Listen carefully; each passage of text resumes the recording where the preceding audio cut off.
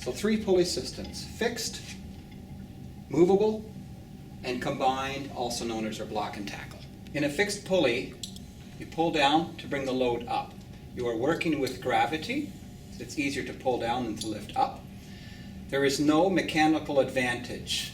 I'm pulling on the Newton spring scale, and I see that I am requiring to lift this 1,000-gram load. It takes 10 newtons of force. This next pulley system is a movable pulley. You can see when I lift the load that the pulley comes up with the load. The load remains the same weight. Instead of expending 10 newtons of force, half the effort is required to lift this load. So 5 newtons of force to lift this load.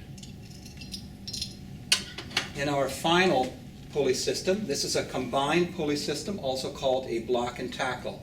It consists of a fixed pulley at the top and a movable pulley at the bottom. When I pull down on this pulley, I am only expending 1/4 of the effort I used in the fixed pulley. So I'm expending about 2.5 newtons to lift the same load.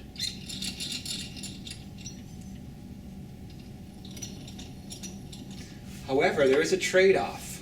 Although it is easier for me to lift the load, I have to pull a lot more rope. There is a mathematical equation at work here. With the fixed pulley,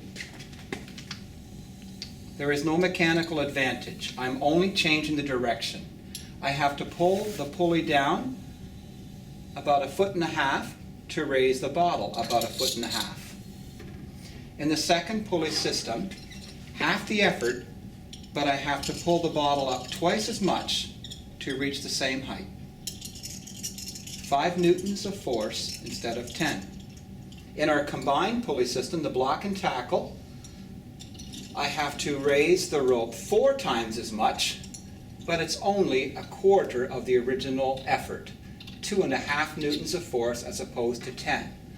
Now on the Newton spring scale, it doesn't show 2.5, it actually shows about 3.5, and that is because there's some extra friction with the 2 pulleys and a little bit of extra mass with the extra pulley as well.